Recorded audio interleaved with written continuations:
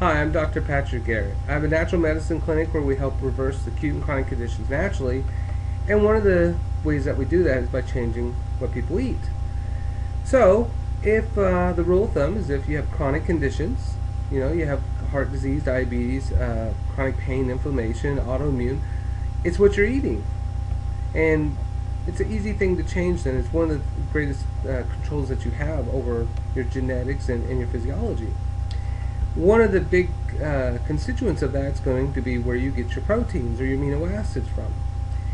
And so this becomes a pretty big topic and pretty intense discussion often with patients. We want to say, how can you eat meat and also be healthy? Or how can you not eat meat and be super healthy, right? And honestly, you don't have to be a vegetarian to be healthy. It helps. It really helps to reverse acute and chronic conditions naturally, quickly, right? But you don't have to, right? So that's what we're going to talk about. So when it comes to meat, the only reason you really eat meat is to get amino acids, and you also get fatty acids with those. And really, the amino acids, there's not a real big deal there. There's not much controversy there. Obviously, a cow did not eat a cow to get its protein. And so where a cow is 1,500 pounds of muscles, it didn't even have to eat a cow to get those muscles. If you think of somebody, like I have a lot of patients who go to the gym and they're, worked out, I'm gonna build my muscles, right? So what are they gonna do? They got a mega dose on all kinds of amino acids. And you think of especially meat, they gotta eat big giant steaks of meat, right? Or else they're gonna be protein deficient. And so if you look at a horse and you say, well, okay, I work my horse, I plowed this field all day long, and I get, that horse has got to rebuild all those muscles, which are far bigger than my muscles. So I'm going to feed him a cow? No. A chicken? A pig. Oh, that's right, hay. And that's pretty messed up, right? That horse that has muscles stronger than I will ever achieve, that cow with more muscles than I will ever achieve, got its muscles, got its amino acids from eating grass and hay. Now, I can't imagine one person at the gym that would ever think that grass and hay is a good source of protein. But it is, right? And so often the very things that we don't think about as being protein-rich foods are very protein-rich foods. Think of the apple that you feed the horse, right? It's not just a sweet little treat for him. It's actually full of protein. And so most vegetables that you get, most fruits and vegetables, nuts, seeds, berries, beans, those kind of things are actually going to be as good, if not some of those better sources of amino acids, right? So you can eat meat or you cannot eat meat. You're going to get your protein, right? You get those amino acids through food. So I hope that makes sense. So then the other part comes, well, how is meat dangerous, right? I mean, you look at when the Nazis took over Norway in the book, the China Study, yeah, from there. So they took over Norway, and the Nazis took all the meat and dairy for themselves, right? Because Nazis are selfish. We all know that. And what happened to the disease rate and the cancer rate of the Norwegians? It plummeted, and it stayed like that until they were liberated. And once they were liberated and the Nazis left, right? Then all of a sudden, they started eating all the meat and dairy again, and cancer went right back up to pre-war conditions, or pre-war levels. So we know that we can actually feed mice certain levels of proteins from either fat or dairy, or proteins from milk or meat, and actually cause cancer. We can actually turn on cancer, and then we restrict it, we can turn it off, give it back, it turns the cancer back on. And so there is zero doubt at this point that we can actually cause cancer with meat and with dairy. But can we eat meat that's healthy? So if you look at, the way I always do it, in America we're all sick, right? And there's tons of books and there's tons of opinions to what we're going to do, right? And so there's always these cure-all books that say, well, wheat's the only problem, eat a lot of dairy. No, dairy's the problem, so eat a bunch of bread. Sugar's the problem, so drink a bunch of dairy. And they're all like this much true, and a whole bunch of overly complication that ends up causing people more problems.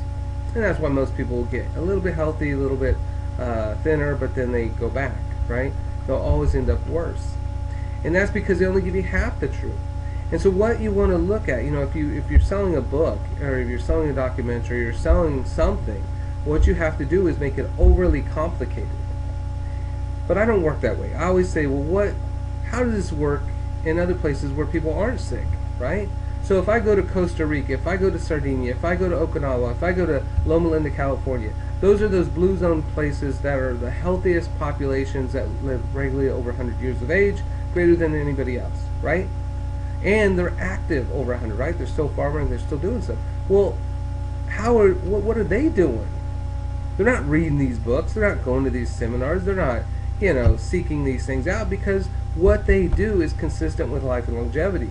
What Americans do is inconsistent with life and longevity, and then we get chronic symptoms, which lead to chronic diseases, and then we're all searching. So let's look at what the healthy people do, right? Well, most healthy countries, they eat some meat. Not all. Loma Linda, California, they're all vegetarians. But if you look at Okinawa, they eat lots of fish. If you look at Sardinia, they eat lots of lamb.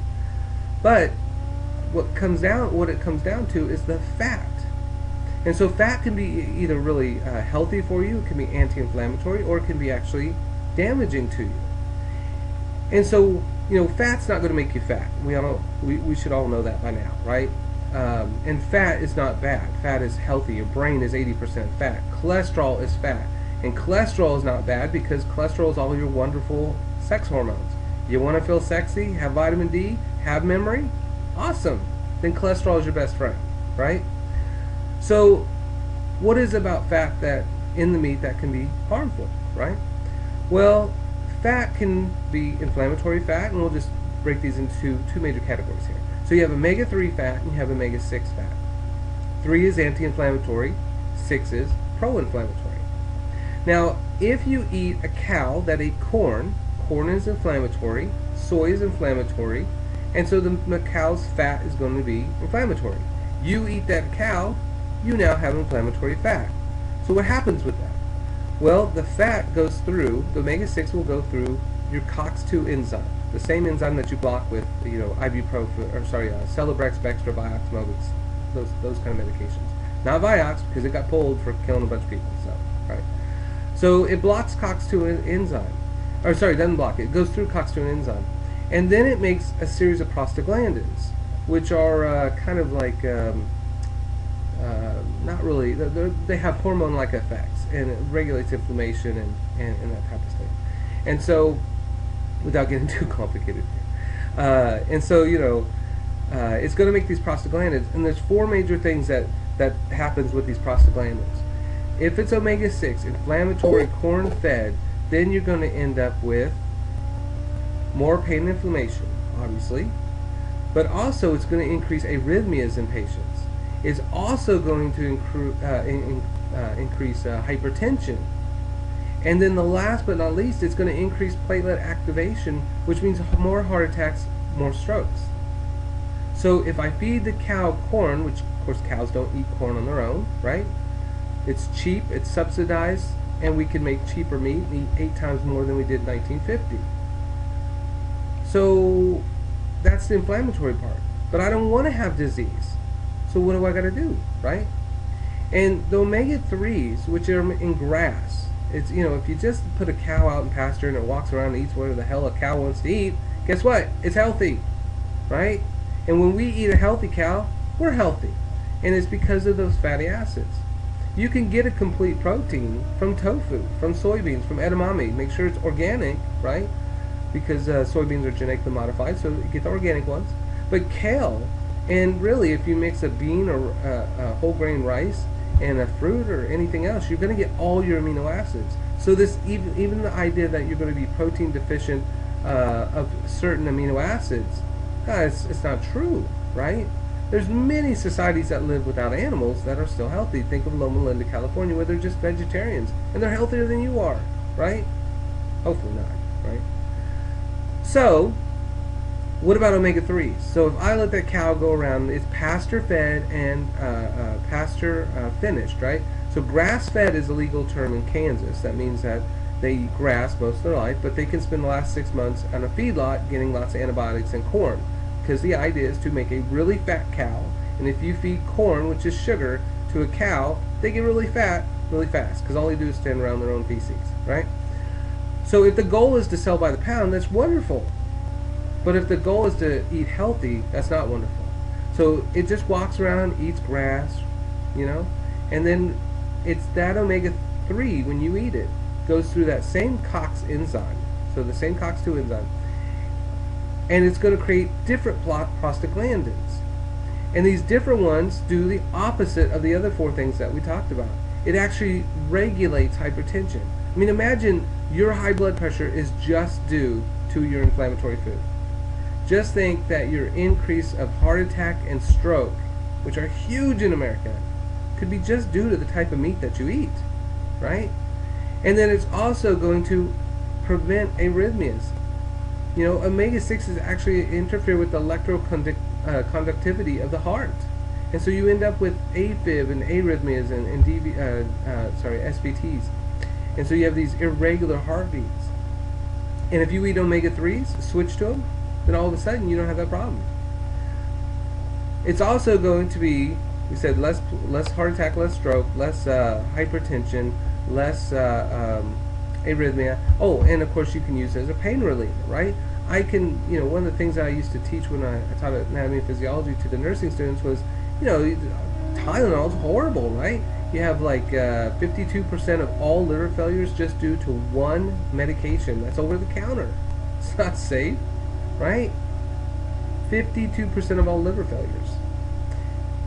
So then they say, well, we'll just take ibuprofen. Well, that's the leading cause of kidney failures in the U.S. So what are we going to do, doc? Right? What do you do for headaches? Well, how about you just don't have headaches all the time? How about you just not be in chronic pain all the time? How about you just don't have to make that decision all the time? Right? Well, how do we do that? We'll stop eating things that cause headaches and muscle aches and cramping and all these horrible things. Make sure your diet is balanced or dominant on the omega-3 side, right? Make sure the animals, if you're going to eat an animal, that it eats whatever an animal is supposed to eat. It grazes. And grass-fed, grass-finished, right? Grass-fed, we talked about. Grass-finished is another legal term, which means they didn't go to the feedlot. So this animal was actually able to be born and die on things that it normally eats. And that's awesome.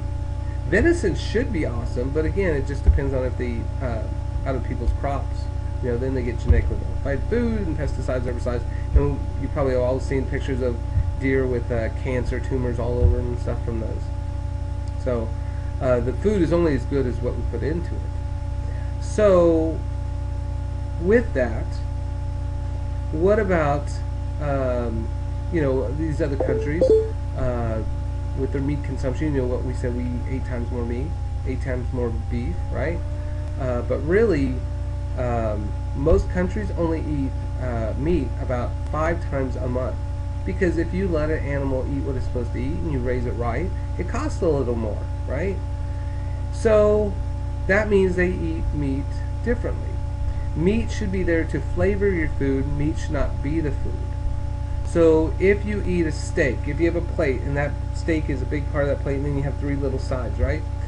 Everything that went into making that meat, all the vitamins, minerals, nutrients, phytosterols, phytonutrients, flavonoids, all those things are not in that meat anymore.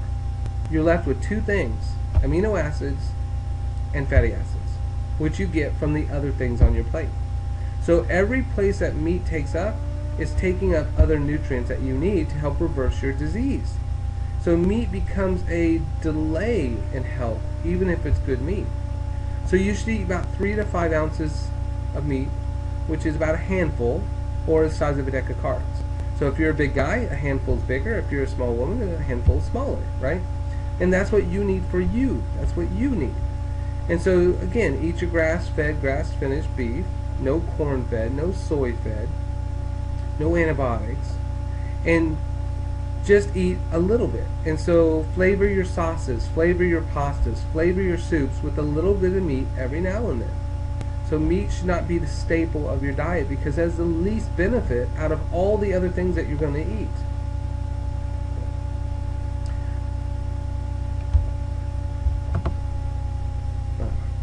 When it comes to chicken, it's the same thing.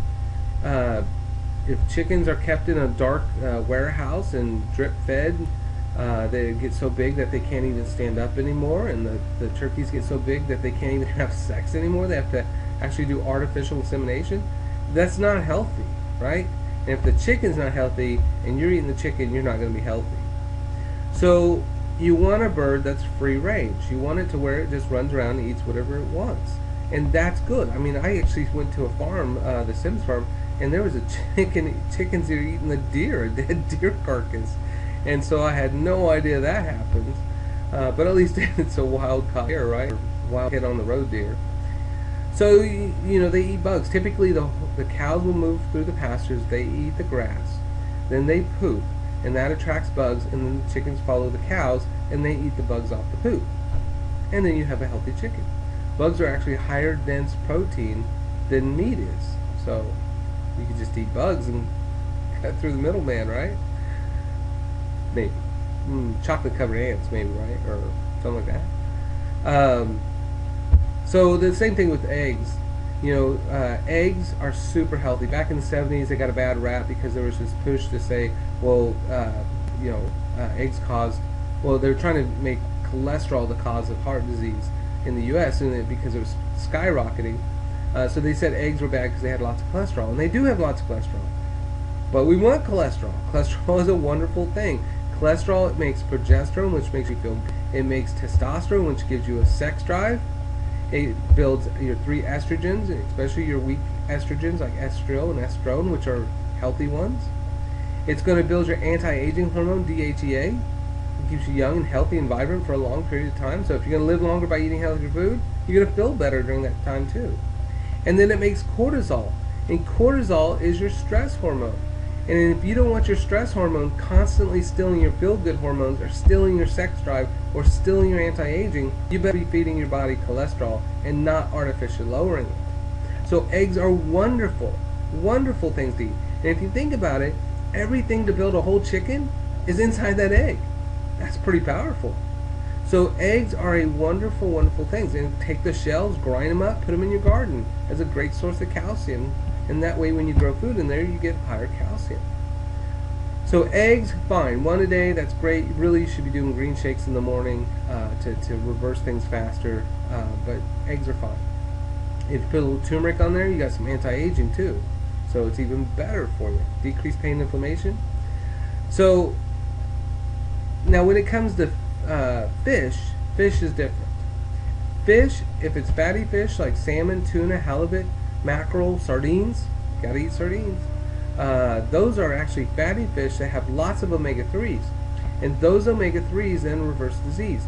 A can of aspirin, there's a study in China at Zhejiang University where they showed that a can of tuna, a can of wild-caught tuna was just as effective as aspirin to reduce stroke. So that means your tuna actually works like an aspirin, which means it gets rid of your headache. You can actually eat tuna on a regular basis to either get rid of a headache or just not to have headaches. And that's why fish don't have headaches. I bet you didn't know that. Hey. Alright, so I was going to tell a joke, but I won't. Alright, so you know, fish is awesome. So most countries that are really healthy, they eat lots of fish. So fish are omega-3s, but fish aren't making omega-3s, right? Where do they get it from? Well, they eat plants. So if you didn't want to eat meat, could you still get healthy amino acids and healthy fatty acids? Absolutely. You know, pretty much most healthy foods are going to have a good omega-3 in them. But your highest ones are things like chia and salba and flax. Those are wonderful sources of omega-3s. Your fruits and your vegetables are great sources of omega-3s. And so the animals that eat omega-3s from plants now have it in their meat, and we eat their meat, we get the omega-3 benefit. If we just eat the plants and the seeds, we get the omega-3 benefit too. So either way, you're going to be super healthy. It's just putting the maximum benefit in your corner. And that's really the goal here. If you want to be sick, if you want to keep, you know, your chronic conditions, I'm not your guy, right? This isn't your topic. But if you want to reverse things quickly, then this is very powerful information. And there's no greater control over your lifestyle than your diet. It is something that you have the greatest choice over. It's just a matter of knowing, right? Most people are sick or unhealthy because they either don't know or they don't care. Well, if they don't care, forget them. But for the people who don't know, that's a huge issue, right? If you drink aspartame for diet soda, you don't know it makes you fatter, but you still get fatter, right? You're drinking a 0-calorie drink that makes you fatter, but most people don't know that. It'll be on the news 3 or 4 times every decade, but yeah, people just ignore it. They go back to their diet soda because it makes sense. So that's my take on meat. We'll have more of these on, dairy and drinks and smoothies and that kind of stuff. So hope to see you guys for some more. Thanks. All right.